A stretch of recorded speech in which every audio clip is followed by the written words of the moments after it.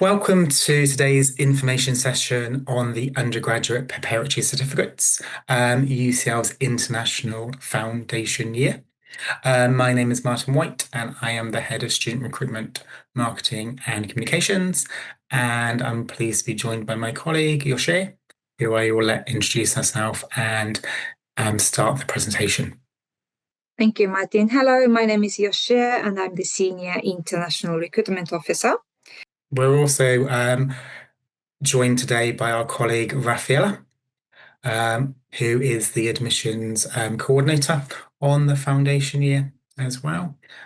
In today's presentation, we are going to give you an overview of the University of College London, and then we are going to then go through the program, Undergraduate Preparatory Certificate, the UPC, the program course structure and content, progression, application process and entry requirements, and then fees. And after the presentation, we'll be happy to take your question and answers.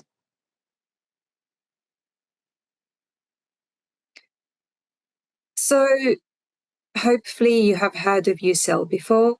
We are one of the best universities in the world. In the most QS World University rankings, we are ranked number 9 in the world, 5 in Europe, and number 4 in the UK. So of these 4 universities in the UK listed in this table, we are the only university to run its own international foundation program. So if you come and join us to study the UPC, you'll become a UCL student from day one, and you join this really friendly and international community.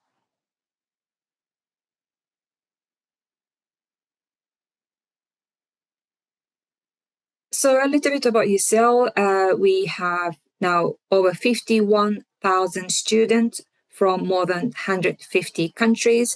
So we are truly multicultural, international, and our student and staff members come from all over the world. At undergraduate level, we have over 400 degree programs. And we also have over 350,000 alumni in 190 countries. There have been 32 Nobel laureates in the history of UCL so far. The most recent laureates include 2 that who were awarded last year. One of them was Professor Geoffrey Hinton, who is often known, sometimes known as Godfather of AI, or Sir Denis Hassabis, and who is co-founded Google DeepMind. We also have over 450 student clubs and societies. And of course, we are located in central London, and we are the world's best student city in Europe by the QS Best Student Cities in 2026.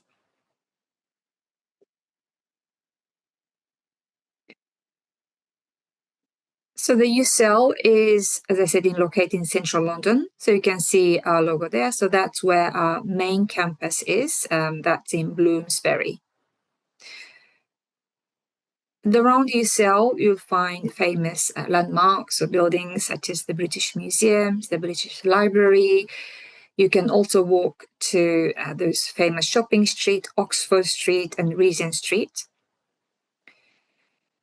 We opened our new campus called UCL East a couple of years ago, and that's where some of the new programs and also those programs that require more space, so for example, engineering or architecture. So those programs are hosted at UCL East, which is about 40 minutes travel from the main campus in Bloomsbury. There's also several tube stations and then train stations. You can see King's Cross and St. Pancras Station on this slide. And St. Pancras International, this is where Eurostar trains depart. So traveling to Europe is easy and convenient.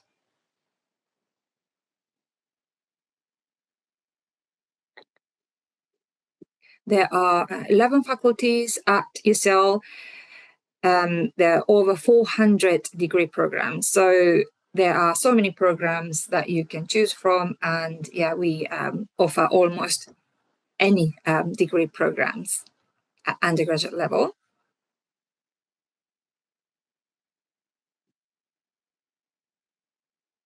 So in order to enter directly onto UCL's undergraduate degree, you need international qualifications such as IB diploma or 3 A-levels, AP, advanced placement test plus ACT or SAT, or another recognized qualification.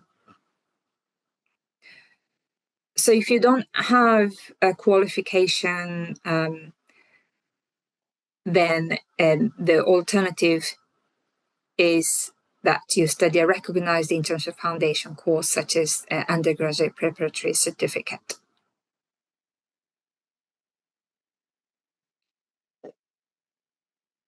So now I'm going to hand over to Martin, who will go through an overview of the UPC.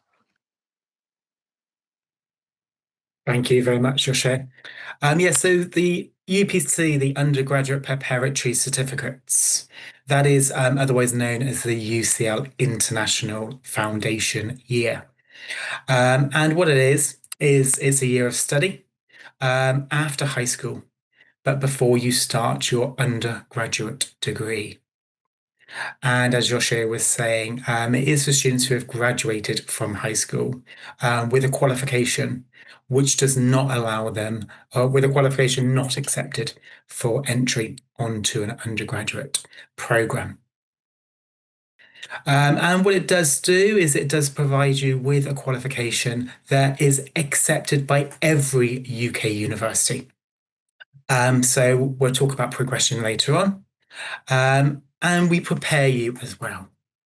And what we also do is we guarantee you an offer. So UCL will guarantee you an offer for over 230 UCL undergraduate degree programs if you're on the foundation year and you're predicted to meet the entry criteria for those 230 degree programs. And they are listed on our website, which degree programs they are. As I said, it is a year of study and it's a very busy year of study. We start in September and you finish in June. And the year is divided into 3 terms, as you can see there. And 2 main things are happening during the year. You're developing your academic knowledge and your academic skills, but also you are applying for your undergraduate degree program and deciding where to study afterwards, which will depend obviously upon your performance on the foundation program and where you want to go after studying on the UPC. On the foundation program, we have 2 pathways. So we have UPC and UPCHA. UPC stands for Undergraduate Preparatory Certificate in Science and Engineering. And UPCHA stands for Humanities, so Undergraduate Preparatory Certificate in Humanities. So which one you will take will depend upon your future degree aim. And we always recommend that you start thinking about your degree aim and have a good idea about what you want to study after the foundation program before you apply. Because during the foundation year, you will study 4 subjects. So you study 2 compulsory subjects and you will pick 2 optional subjects from those lists. And the optional subjects are very dependable upon your future degree aim. So if you go onto any undergraduate prospectus online website and look at the degree program you're thinking about studying, and then look at the A-level requirements, and then you can translate that to the foundation year. So, for example, for chemical engineering at UCL, if you go onto the undergraduate prospectus website, and again, you look at A-levels just down there in the bottom left, you'll see subjects maths and chemistry required. So then if we just go back, you'll show that would mean that you need to study maths and chemistry on the UPCSE in order to progress or in order to meet the requirements, subject requirements for chemical engineering. And then you need to get the grades in order to progress as well. Something like computer science would be maths and any other subject. So that means you pick maths and then you pick the subject that you're going to enjoy the most and get the best grade in. So I hope that gives you an idea about how you would be picking your subjects for the foundation year. The UPC, so the foundation year, your share is giving you details on UCL. So it is still a relatively small course. This year we have just welcomed 194 students from 44 different nationalities. Every year we do receive over 1,000 applications for those places. So it's fair to say it is competitive, and we are looking for students who are going to do well on our course. And then we'll just give you a little bit of information about where our students have gone to after the foundation program over the last 2 years. As you can see, this September, so 2025, 56% of our students stayed at UCL and 26% have gone to another Russell Group university. So that is one of the top UK universities. Traditionally, as you can see, around 80% of our students every year will go to a top UK university. And then we have some students who will go to another UK university and some students who did not progress straight away. And there are a number of reasons for that, but that is a very small number. As you can see, it is a small course, and that is a small, when it's broken down into student numbers, that is normally a small number. If you do go onto our website, we do list all of the universities and all of the degree programs that our students have progressed to over the last 3 years as well. So you can look at those in more detail. I'm now going to pass over to Raffaella, who is the admissions coordinator, and will be able to guide you through the application process. Thank you, Raffaella. So I'm going to talk to you a little bit about the application process to the foundation year. 3 steps: send an application, then take entrance tests, have an interview, and then receive your offer. So let's start now. So we're looking for very good students who are academically strong. You understand why. UCL is very competitive and very prestigious academic university. So we're looking for excellent grades overall and in the required and relevant subjects, which means that if you're studying something that relates to maths and physics, we're going to look at maths and physics in your high school. Required subjects are typically biology, chemistry, maths, or physics in the sciences. And a required subject, sometimes for humanities and social sciences subjects, such as economics, is mathematics. So that can be also required subjects. However, there's also relevant subjects. So subjects we would like you to see in your that you've been studying. For instance, if you're applying to history and politics, we are going to look at your history and politics grade in high school. I can answer any questions you have about that, but we have a full list of what do we mean by required and relevant on our website. So we're looking for excellent grades. And then we're going to be looking, thank you, yes, we can move on to your English language abilities. UCL has 5 different English levels, 1, 2, 3, 4, and 5. Some degrees require this very high English level 4 and 5. You can see the equivalent here in IELTS, in Pearson, and in the TOEFL test, to give you an idea. Other degrees require a less high English level, like IELTS 6.0. You see here level 1 and a level 2 and 3. So have a look on the pages of your degrees and see what level is required. And sometimes it's a little bit disconcerting because they might ask for a lower level in English. to a very competitive university degree aim. For instance, computer science at UCL. I've been looking into this a lot this week, so I can give it to you as an example. It's a very competitive degree to apply to. It requires high levels of maths and another science, but it is a level 1 English requirement degree. So have a look at all of this, and it's all detailed on our website, also for you to check.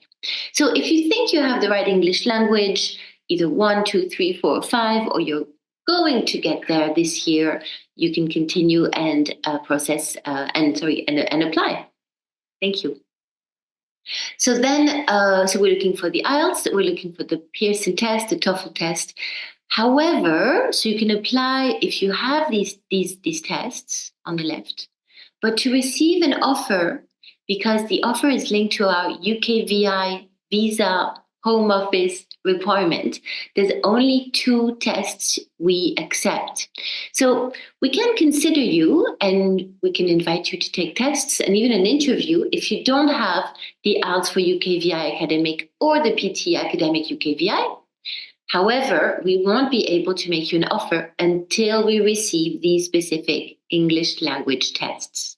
So it's a good idea to book them, and if you don't have an English test, to try to book the right ones from the start, so you don't have to book them twice.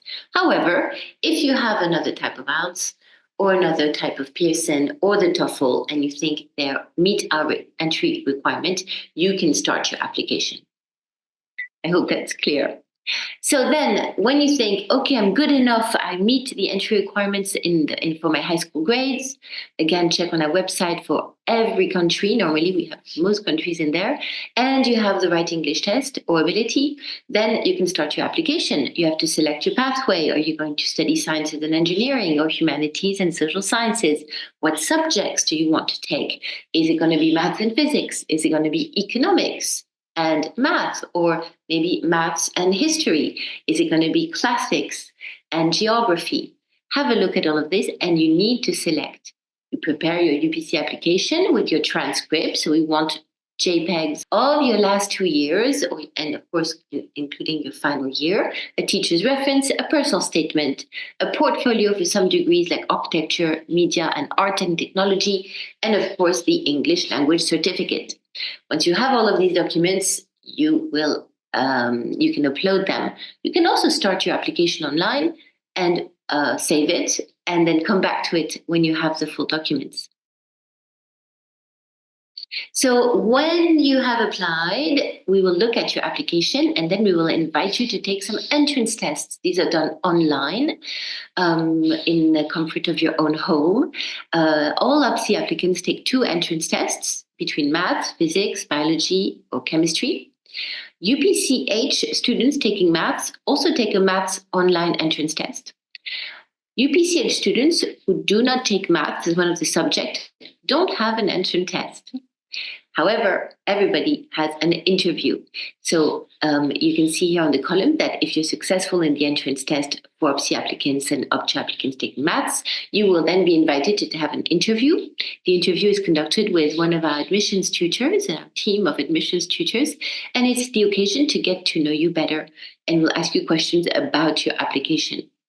Now, as you can see, for UPCH students, the ones taking math and the ones not taking math, part of this interview will involve a specific test, which we call a task, the critical thinking task. I'm going to talk to you about this in a moment, but essentially it is a text to read home and to study by yourself, on which we will ask you questions. This is part of the interview for all UPCH students as the first part of the interview. So the interview might be a bit longer for UPCH students. After the interview, if we're satisfied and happy with your application and general abilities and performance, we will send you an offer. Thank you. Here are some more information on the entrance test, but I think I actually went ahead of that slide and spoke about it already. The 2 tests on the UPC, the 1 test on the UPCH, the math test, and the critical thinking task, which consists, as you can see here in detail, of a text or text and images to read and study.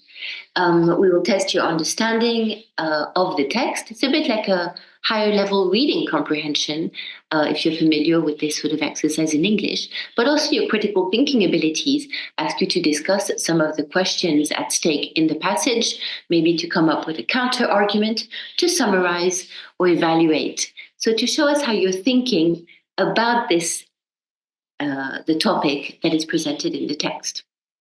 So prepare for these tests. Of course, that's really important. First of all, because you won't have the opportunity to take them twice. We don't have enough time to do this.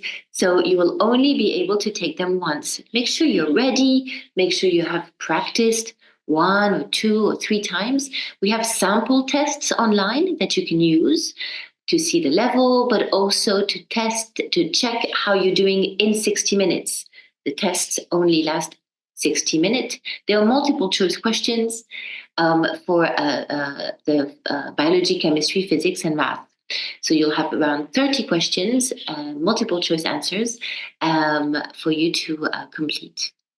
So have a look at GCSE AS level books. Have a look at the resources we put online.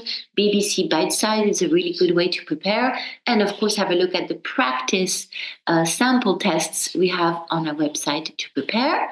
Once you feel confident, you will pass these tests with over 50%, at least over the average. Then you can go on and book your test date. We'll invite you to interview if you achieve 50% or above in each entrance test and your application is deemed strong overall. We don't systematically select every single student with 50% minimum or on average. The interviews are done online via MS Teams. They last about 20 minutes. For the UPC students, it might last a bit longer, maybe 30, 35 minutes for the UPCH students who are doing the critical thinking task as well during that interview. The general interview, so for all UPC students and the UPCH students, the part that is not about their critical thinking, is about really, as I said, your past and current studies, your experiences, your degree aim, we might ask you questions on your personal statement. We might ask you questions on what you want to study. If you have written in your personal statement you're interested in history and talked about maybe an author or period, we will probably ask you to talk again about that topic or that author. It's an informal discussion to really get to know you. And towards the end, you have the opportunity to ask us questions about the course, about UCL. So it's a really great opportunity to exchange and for you to decide if you're really interested for sure in this program, and for us, of course, to see if we consider that you're a very promising applicant with the best chance possible to progress to UCL. Now, here is the application timeline for this year. We have different rounds, different moments where you can apply to the course. And it's important because following that date of application, you will then take a test on a specific date, be interviewed in a specific period, and receive your final application by a specific date. So it sounds a little bit complicated. The full details on test dates and interview sessions on our website.